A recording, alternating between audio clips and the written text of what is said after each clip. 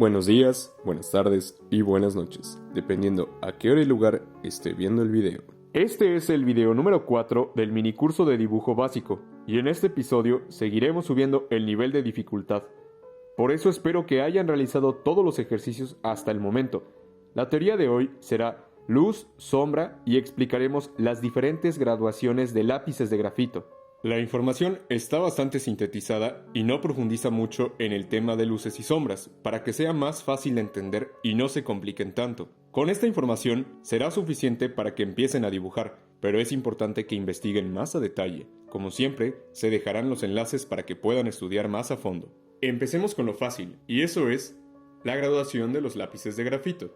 Son básicos y fundamentales para el dibujo. Son un producto muy versátil que ayuda a generar dibujos técnicos artísticos con grandes escalas tonales.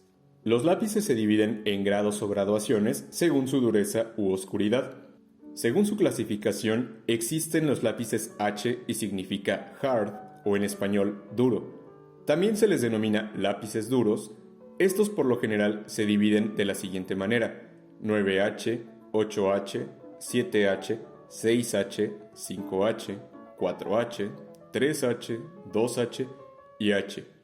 Hay algunas marcas de lápices que manejan el 10H, pero no es tan común.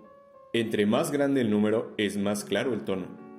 Después están los lápices B, y significan black, o en español, negro. También se les denomina lápices blandos. Estos por lo general se dividen de la siguiente manera: 9B, 8B, 7B, 6B, 5B, 4B, 3B, 2B y B. Como los lápices H, hay algunas marcas de lápices que manejan el 10B, pero no es tan común. Entre más grande el número, es más oscuro el tono.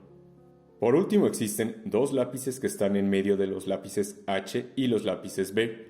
Uno es el lápiz F, y significa firm, o en español, firme. No existe una división como en los lápices H o B. El otro es el lápiz HB, que es la combinación del H y B. Al igual que el F, no existe una división como en los lápices H o B.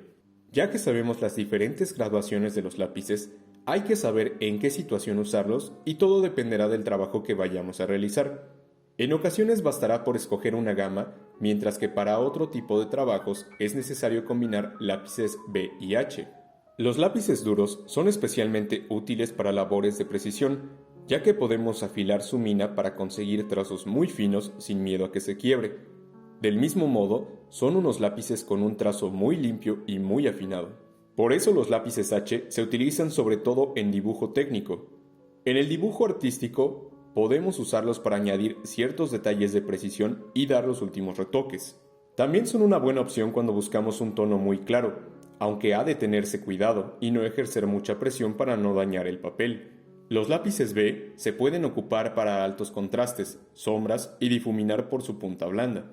El siguiente tema es bastante complejo, y es luces y sombras. La luz en el dibujo no es más que ese máximo punto de claridad que existe en un dibujo al momento de realizarlo.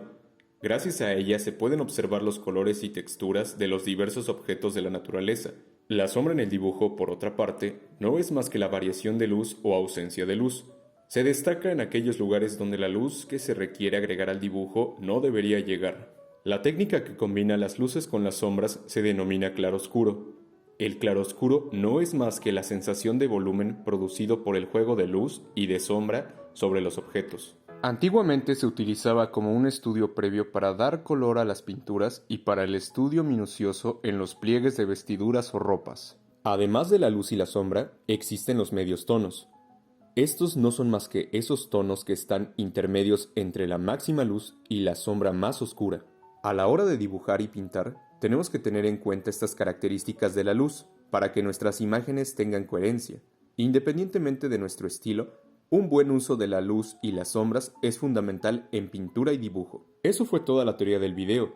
En el siguiente video va a haber más teoría. Sigue la parte práctica. Los dejo con el dibujante. Antes de comenzar, espero que estén realizando todos los ejercicios hasta el momento y que no tengan problemas en aprender a dibujar. Aunque en el video se habla de graduaciones de lápices, no es necesario que compren la gama completa del 9H al 9B. Para empezar solo necesitan un HB, y si el lápiz que estén ocupando para el ejercicio no es un HB, también sirve. Para poder dibujar luces y sombras en nuestros dibujos, tenemos que primero familiarizarnos con la difuminación y los tonos que logra alcanzar el lápiz que utilizamos. Para eso, el primer ejercicio consiste en realizar 4 franjas, 2 verticales y 2 horizontales. Empezaremos en rellenar la franja vertical de arriba hacia abajo con el tono más oscuro posible y luego poco a poco difuminaremos hasta el extremo para llegar a un tono claro, casi blanco sin salirse de la franja. Después, en la otra franja vertical realizaremos casi lo mismo, pero ahora empezaremos de abajo hacia arriba. Seguiremos con las franjas horizontales y será el mismo procedimiento, solo que esta vez será de izquierda a derecha y luego de derecha a izquierda. Es importante que controlen la fuerza con la que presionan el lápiz contra la hoja. Para alcanzar los tonos más oscuros no tienen que usar toda su fuerza porque dañarán la hoja. Para poder oscurecer el tono, tienen que pasar por el mismo lugar varias veces hasta alcanzar el tono deseado o el tono máximo que el lápiz alcance. Por el otro lado, para alcanzar el tono más claro, tienen que prácticamente acariciar la hoja con la punta del lápiz, casi ni tocarlo. Una vez dominado el ejercicio, puedes hacerlo de diferentes maneras, como empezar del tono más claro al más oscuro y hacer la franja en diagonal. La imaginación es el límite. Una vez ya familiarizado con los tonos del lápiz y la difuminación, comenzaremos con las luces y las sombras. Para poder dominar a la perfección las luces y las sombras, se necesitaría un curso entero dedicado a este tema. Además, tendrían que tener un nivel más avanzado en el dibujo. Por esa razón, se dará un pequeño ejercicio en este curso básico de dibujo para que empiecen a tener una noción de las luces y las sombras. Para empezar, al dibujar luces y sombras tendremos que tener en cuenta diversos elementos, pero para el ejercicio se tomarán en cuenta muy pocos elementos. Solo les menciono la mayoría de los elementos para que se den una idea de lo complejo del tema. Los elementos son los siguientes: la ubicación de la fuente de luz, la intensidad de la luz, el material con el que está hecho el objeto, ya sea carne, plástico, metal, vidrio, la forma del objeto y el entorno. Al saber la ubicación de la fuente de luz, podemos saber su distancia con respecto al objeto u objetos y sacar el ángulo para poner la sombra.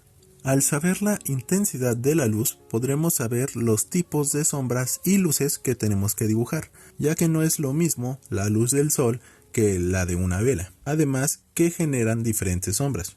La del sol genera una sombra más definida y la de la vela una más difuminada.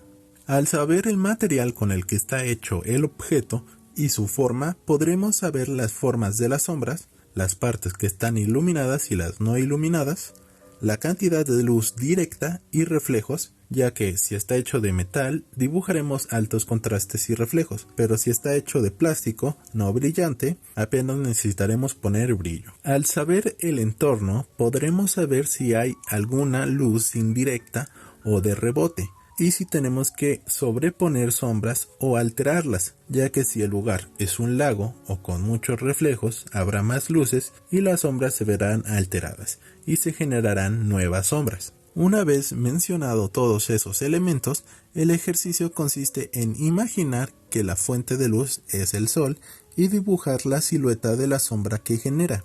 Dibujar el tono claro, que es en donde está en contacto directo con la luz, el tono oscuro, que es la parte donde no hay contacto con la luz, y el tono medio, que es la zona entre la parte iluminada y la parte con sombra. Esos son los elementos que dibujaremos al inicio. Los demás, como el material y el entorno, no los tomaremos en cuenta para facilitar el ejercicio. Los dibujos que usaremos para este ejercicio son los dibujos que estuvimos haciendo en los anteriores videos, como los personajes, los objetos, las figuras volumétricas, los escenarios, etc.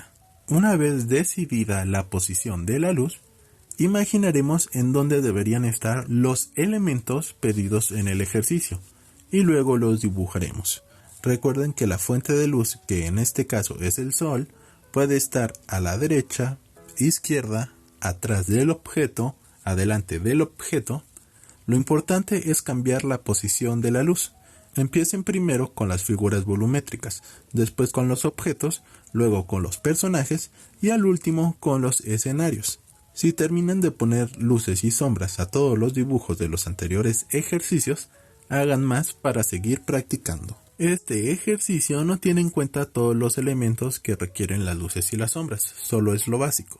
Una vez familiarizados con las luces y las sombras del ejercicio, entren en los enlaces de la descripción del video y empiecen a dibujar los elementos faltantes. El último ejercicio es analizar las luces y sombras de pinturas, fotos, dibujos, etc.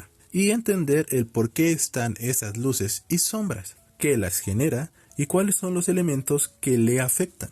No olviden de hacer los ejercicios de calentamiento antes de realizar estos nuevos ejercicios. Recuerden que la práctica hace al maestro. Sería todo por este video. Queremos que en esta serie de videos sea un ambiente educativo con retroalimentación. Por eso los invitamos a que escriban en la parte de comentarios sus agradecimientos, sugerencias, correcciones, críticas constructivas y opiniones de la manera más cordial posible. Si van a corregir la información, complementar la información, etc., por favor poner la fuente de información como el enlace de dónde se basaron o encontraron la información. Ya para finalizar, esperamos que sigan aprendiendo y nos vemos en el siguiente video. Muchas gracias.